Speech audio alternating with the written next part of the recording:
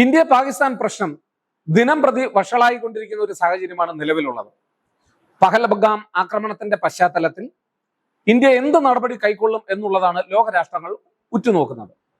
ലോകരാഷ്ട്രങ്ങളുടെ പ്രതിനിധികളെ ഡൽഹിയിൽ വിളിച്ചു ചേർത്ത സമ്മേളനത്തിൽ ഇന്ത്യൻ പ്രധാനമന്ത്രി തങ്ങളുടെ നിലപാട് വ്യക്തമാക്കിയിട്ടുണ്ട്.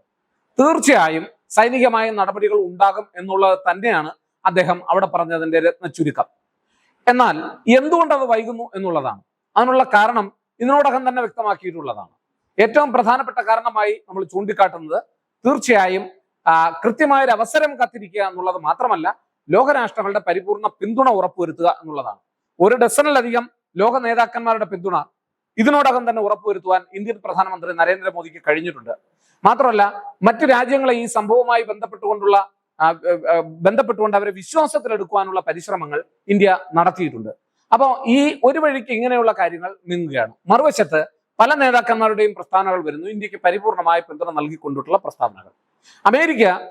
പലപ്പോഴും അമേരിക്കയും ഇന്ത്യയും തമ്മിലുള്ള ബന്ധം പരിശോധിച്ചാൽ നമ്മൾ അതിനകത്തൊരു ട്രസ്റ്റ് അല്ലെങ്കിൽ ഒരു വിശ്വാസത്തിന്റെ കുറവ് പലപ്പോഴും കാണാനായി കഴിയും.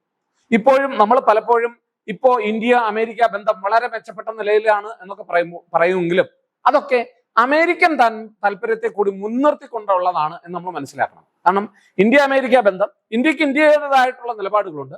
പക്ഷെ ഇപ്പോൾ ഇന്ത്യക്ക് അമേരിക്കയെ വേണ്ടതിനേക്കാൾ അമേരിക്കയ്ക്ക് ഇന്ത്യയാണ് വേണ്ടത് എന്നുള്ള കാര്യം തിരിച്ചറിയുക. കാരണം ലോകത്ത് അവർ വലിയ ഒരു വെല്ലുവിളിയെ നേരിട്ടുകൊണ്ടിരിക്കുകയാണ്. അവരുടെ നിലനിൽപ്പിനെ തന്നെ അപകടത്തിലാക്കുന്ന തരത്തിലുള്ളതാണ് ചൈനയുടെ വളർച്ച. അത് AI സാങ്കേതിക വിദ്യയിലായാലും ഇതര കാര്യങ്ങളിലായാലും അമേരിക്കയുടെ ശക്തിയെ വെല്ലുവിളിക്കുന്ന തരത്തിലേക്ക് ചൈന മാറിക്കൊണ്ടിരിക്കുകയാണ്. ഇത് നിരന്തരമായ ഭീഷണി ഉയർത്തുന്നു അവരെ സംബന്ധിച്ചിടത്തോളം. അതുകൊണ്ട് തന്നെ നല്ല സൗഹൃദങ്ങൾ ഉണ്ടാക്കാൻ വേണ്ടിയുള്ള പരിശ്രമത്തിലാണ് അവർ. ആ കൂട്ടത്തിലാണ് അവർ ഇന്ത്യയെ കാണുന്നത്. ഇന്ത്യ അവരുടെ ഏറ്റവും നല്ല ഒരു സഹായിയായി അല്ലെങ്കിൽ ഏറ്റവും നല്ല ഒരു സുഹൃത്തായി തുടരും എന്നവർ വിശ്വസിക്കുന്നു.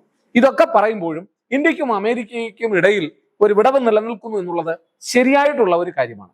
കാരണം നമ്മൾ ഇൻഡോ-US സിവിലിയൻ ന്യൂക്ലിയർ കരാർ ഒപ്പുവെച്ചത് ഉടമ്പടികൾ ആ സമയത്ത് തന്നെ അമേരിക്കൻ പാർലമെന്റിലെ പല ആളുകളുമായിട്ടും സംസാരിക്കാനുള്ള അവസരം കിട്ടിയിട്ടുണ്ട്. അപ്പൊ അവരെല്ലാം പറഞ്ഞത് നമ്മൾ ആ സമയത്ത് പോലും, അത് ഇന്ത്യ അമേരിക്ക ബന്ധം വളരെ മെച്ചപ്പെട്ടിരിക്കുന്ന ഒരു സമയമാണ്, ആ സമയത്ത് പോലും നമ്മളൊക്കെ അവരോട് ചോദിക്കുമ്പോൾ അതിനകത്തൊരു ട്രസ്റ്റ് എലമെന്റ്, ഒരു വിശ്വാസത്തിന്റെ കുറവ് ഇരു രാജ്യങ്ങൾക്കിടയിലും നിലനിൽക്കുന്നു എന്നുള്ളതാണ്. കാരണം ശീതസമര കാലഘട്ടം മുഴുവൻ എടുത്ത് പരിശോധിച്ചാൽ ഇന്ത്യ സോവിയറ്റ് യൂണിയൻ ബന്ധം വളരെ ദൃഢമായിരുന്നു. അല്ലെങ്കിൽ ഇന്ത്യക്ക് എപ്പോഴും ഒരു സെക്യൂരിറ്റി അംബ്രല, ഒരു സുരക്ഷാ കുടയായി എപ്പോഴും നമ്മുടെ സോവിയറ്റ് യൂണിയൻ ഉണ്ടായിരുന്നു. ഐക്യരാഷ്ട്ര സംഘടനയിൽ നമുക്കെതിരെ എടുക്കുന്ന തീരുമാനങ്ങളെയൊക്കെ തള്ളിക്കളയുവാൻ നമ്മളെ പ്രേരിപ്പിച്ചത് അല്ലെങ്കിൽ നമ്മളെ പ്രാപ്തരാക്കിയത്, നമ്മളെ നിലനിർത്തിയത് സോവിയറ്റ് യൂണിയനാണ്. അപ്പൊ ഇന്ത്യ സോവിയറ്റ് യൂണിയൻ സൗഹൃദം ശക്തമായിരുന്നുകൊണ്ട് തന്നെ അമേരിക്ക നമ്മുടെ എതിർചേരിയിലായിരുന്നു കുറെ കാലഘട്ടത്തിൽ. നമ്മൾ ഈ ശീതസമര കാലഘട്ടത്തിൽ നോൺ അലൈൻമെന്റ് അഥവാ ചേരിചേരാ നയം എന്നൊക്കെ പറയുമെങ്കിലും പലപ്പോഴും സോവിയറ്റ് യൂണിയൻ ആയിരുന്നു മമത എന്നുള്ളത് പരക്കെ എല്ലാവർക്കും അറിയാവുന്ന ഒരു കാര്യമാണ്. എന്നാൽ ഇപ്പോൾ ഇന്ത്യയെ സംബന്ധിച്ചിടത്തോളം ശീതസമരാനന്തര കാലഘട്ടത്തിൽ അമേരിക്കയുടെയും ഇന്ത്യയുടെയും താല്പര്യങ്ങളും ആവശ്യങ്ങളും ഒത്തുവന്ന സ്ഥിതിക്ക് അവർക്കിടയിൽ പൊതുശത്രു ഉണ്ടായി വന്ന ഒരു കാലഘട്ടത്തിൽ അവർ തമ്മിലുള്ള സൗഹൃദം മെച്ചപ്പെട്ടു എന്നുള്ളതാണ്. അപ്പൊ അതിന്റെ അർത്ഥം അവരുടെ ഇടയിൽ നിലനിന്നിരുന്ന വിടവ് പൂർണ്ണമായി പരിഹരിക്കപ്പെട്ടു എന്നല്ല. അതായത് ഈ സിവിലിയൻ ന്യൂക്ലിയർ കരാർ എടുത്ത് നോക്കിയാലും ആ കരാർ പ്രകാരം ഇന്ത്യക്ക് ഇതര രാജ്യങ്ങളുമായി ആണവ ഉടമ്പടികളിലും അതുമായി ബന്ധപ്പെട്ട ട്രേഡൊക്കെ നടത്താൻ, വാണിജ്യമൊക്കെ നടത്താനുള്ള അവസരം കിട്ടിയെങ്കിലും അത് വേണ്ടത്ര അമേരിക്ക പ്രതീക്ഷിച്ചതുപോലെ ഇന്ത്യ അമേരിക്കയുമായി അത് വേണ്ടത്ര അത്തരം കരാറുകളിൽ ഏർപ്പെട്ടില്ല എന്നുള്ളൊരു പോരായ്മ അവരുടെ ഭാഗത്ത് നിന്ന് പറഞ്ഞു കേൾക്കുന്നുണ്ട്. മാത്രമല്ല, പലപ്പോഴും അമേരിക്കൻ ദേശ താല്പര്യങ്ങൾ വരുമ്പോൾ അവരത് ഇന്ത്യയെ ഒന്ന് നെഗ്ലക്ട് ചെയ്യുന്നു, ഒന്ന് അവഗണിക്കുന്നു നമ്മൾ കണ്ടതാണ്. മാത്രമല്ല, ഇന്ത്യയുടെ പൊതുശത്രുവായി, ഇന്ത്യയുടെ ഏറ്റവും വലിയ ശത്രുവായി നിലകൊണ്ടിരുന്ന പാകിസ്ഥാനെ പലപ്പോഴും ഈ ചെല്ലും ചെലവും കൊടുത്ത് സഹായിച്ചതും ഈ അമേരിക്കയാണ്. അപ്പൊ അതുകൊണ്ട് തന്നെ അമേരിക്കയെ സംബന്ധിച്ചിടത്തോളം ഇപ്പോൾ എടുക്കുന്ന നിലപാടുകൾ അവരുടെ ആവശ്യത്തിന് വേണ്ടി എടുക്കുന്ന നിലപാടുകൾ ആണ് എന്നുള്ളതാണ് ശരി. അതുകൊണ്ട് നമുക്ക് അവരെ പൂർണ്ണമായും വിശ്വസിക്കാനൊന്നും കഴിയില്ല. ഒരു വലിയ യുദ്ധം ഉണ്ടായാൽ അമേരിക്ക അവരുടെ പക്ഷം നിൽക്കും എന്ന് നമുക്കിപ്പോൾ പറയാനാവില്ല. പക്ഷേ ട്രംപ് തീർച്ചയായിട്ടും പറഞ്ഞു കഴിഞ്ഞു, ഇതിൽ ഏതറ്റം വരെയും ഞങ്ങൾ ഇന്ത്യയെ സഹായിക്കുമെന്നൊക്കെയാണ്. പക്ഷേ അവർ മിലിറ്ററി പരമായി, സൈനികപരമായി ഏറ്റവും കൂടുതൽ സഹായിച്ചിട്ടുള്ളത് ചരിത്രത്തിൽ നമ്മളെ അല്ല എന്നുള്ളതാണ് വസ്തുത. അത് ഏറ്റവും കൂടുതൽ സഹായിച്ചിട്ടുള്ളത് പാകിസ്ഥാനെ ആണെന്ന് മാത്രമല്ല, പാകിസ്ഥാനിലെ ഭീകരവാദികളെയാണ് എന്നുള്ളതാണ് കുറെ കൂടി ശരി.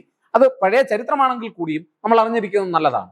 അപ്പൊ അതുകൊണ്ട് തന്നെ ഇപ്പം ഈ ട്രംപ് എടുക്കുന്ന നിലപാടുകൾ എത്രത്തോളം നമുക്ക് ഇക്കാര്യത്തിൽ, ഒരുപക്ഷെ നമ്മൾ ഏതെങ്കിലും തരത്തിലുള്ള പാകിസ്ഥാനുമായ ഒരു യുദ്ധത്തിലേക്ക് പോയി കഴിഞ്ഞാൽ അവരാദ്യം ചെയ്യുന്നത് ഇന്ത്യ എടുത്ത തീരുമാനത്തിൽ എന്ത് തെളിവാണുള്ളത്, ഞങ്ങളെ കൺവിൻസ് ചെയ്യണമെന്നായിരിക്കും പറയുന്നത്. അതുകൊണ്ടാണ് ഇന്ത്യ ഇതിന്മേൽ വളരെ ശക്തമായി ചാടി പെട്ടെന്ന് ഉറപ്പിക്കാൻ കഴിയുന്ന നിലപാടുകളും ഒക്കെ പെട്ടെന്ന് എടുത്ത് മുന്നോട്ട് പോകാത്തത്. ഒരു ഇരുത്തം വന്ന പക്വതയാർന്ന ഒരു രാജ്യത്തെ പോലെ തന്നെയാണ്, അങ്ങനെ തന്നെയാണ് ഇന്ത്യ ഇപ്പോൾ പ്രവർത്തിച്ചുകൊണ്ടിരിക്കുന്നത്. അതുകൊണ്ട് ഒരു വശത്ത് നമ്മളെ പിന്തുണ സഹായിക്കാം എന്നൊക്കെ പറയുമ്പോഴും മറുവശത്ത് അവരൊന്ന് പിന്നോട്ട് വലിയും എന്നുള്ള കാര്യത്തിൽ സംശയമൊന്നും വേണ്ട. അതുകൊണ്ട് തന്നെ ഈ രാജ്യങ്ങളെയൊക്കെ വിശ്വാസത്തിലെടുത്ത് പിന്തുണ ഉറപ്പുവരുത്തിക്കൊണ്ട് മുന്നോട്ട് പോകാനുള്ള പരിശ്രമമാണ് നമ്മൾ നടത്തുന്നത്. ഇന്ത്യ അമേരിക്ക ബന്ധം ഈ അടുത്ത കാലത്ത് ഏറെ മെച്ചപ്പെട്ടിട്ടുണ്ട് എന്നുള്ള കാര്യം ശരിയാണ്. അതേസമയം തന്നെ അമേരിക്കയ്ക്ക് തങ്ങളുടെ താല്പര്യങ്ങൾ ബലി കഴിച്ചുകൊണ്ട് ഒരിക്കലും ഇന്ത്യയോടൊപ്പം നിലനിൽക്കാൻ സാധ്യമല്ല എന്നുള്ള യാഥാർത്ഥ്യവും നമുക്കറിയാം.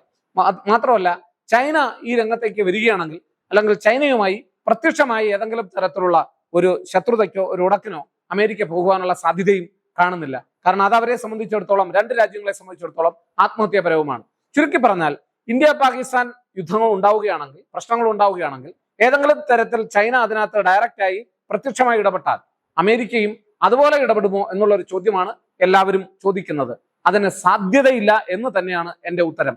എങ്കിലും ഒരു കാര്യം ഉറപ്പാണ്, ചൈന ഏതെങ്കിലും തരത്തിലുള്ള സഹായഹസ്തവുമായി പാകിസ്ഥാനോടൊപ്പം വന്നാൽ അതിനെ മറികടക്കുവാൻ തീർച്ചയായും നമുക്ക് അമേരിക്കൻ പക്ഷത്തു നിന്ന് സഹായം ഉണ്ടാകും എന്ന് തന്നെയാണ് പ്രതീക്ഷിക്കുന്നത്.